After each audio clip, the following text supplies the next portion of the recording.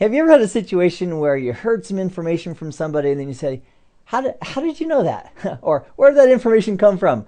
Well, that same type of question is really relevant on a Cisco router as well. As we take a look at the routing table and we ask it, hey, where did you learn that route? Or where did that route come from? We're going to solve that problem and answer that question with the router protocol codes on a Cisco router. Let's take a closer look.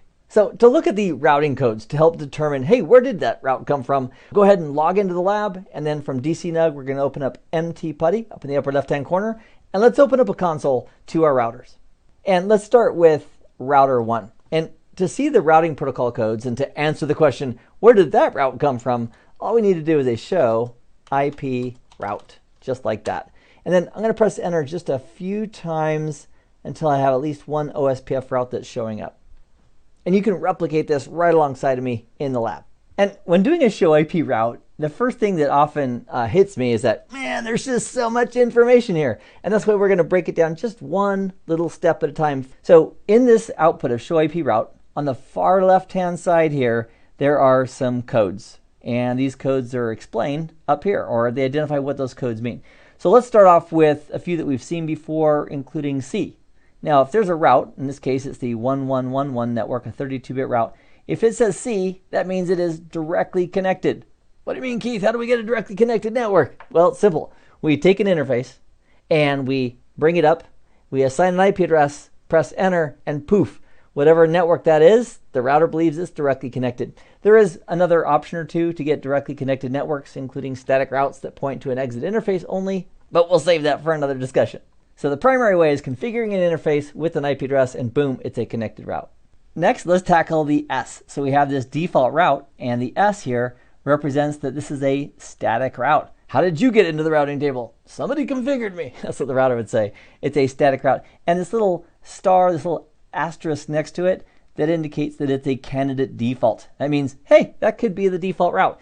What do you mean it's the candidate? Well, there may be 4 or 5 or dozens of potential default routes being advertised or communicated to this router. So it puts a little asterisk next to the ones that are a candidate. And not only was it a candidate, this right here implies that it actually won because we have a gateway of last resort. So the routing protocol code of S represents that route was brought into this router as a static route. Next, let's take a look at these 3 routing protocol codes. Actually, it's one code used 3 times. And that R, if we look at the decoder up here on top, represents RIP. RIP is a fairly old dynamic routing protocol. But if this router is running RIP and has learned networks via RIP, the routing protocol code on the far left is going to give the story away and let us know, hey, these routes were learned via RIP. Then going down a little bit further, we've got another directly connected network. Also, if we have an Ethernet interface and we configure an IP address on that interface, in this example it's a 10.1.0. something that we configured with a 24-bit mask, and so the router believes it's directly connected to the 10.1.0 network, it will also create a 32-bit route as an L. And we can look at the L up on top as a local route.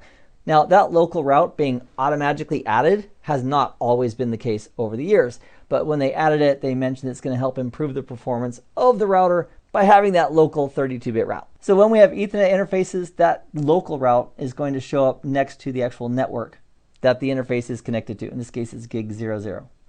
And then one last one here on this page is O, the routing protocol of O. If we look up here in the decoder, that represents it's an OSPF learned route. So if we wanted to ask the router, hey, how did you learn about the 10.2.0 network? I mean, what was the mechanism? Over here on the left, the routing protocol code says OSPF. And that's a great and easy way to very quickly identify how that route was learned by this router.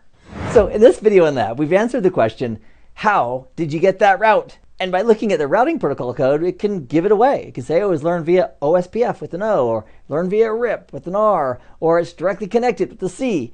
So that, my friends, is how we could use the routing protocol code to give us inside information on how that route showed up in the routing table. And as we proceed through the routing table, we'll take a look at each of the other components step by step until we have a master picture of how to determine, interpret, and read a routing table. So I'll see you in the next video. Meanwhile, I hope this has been informative for you, and I'd like to thank you for viewing.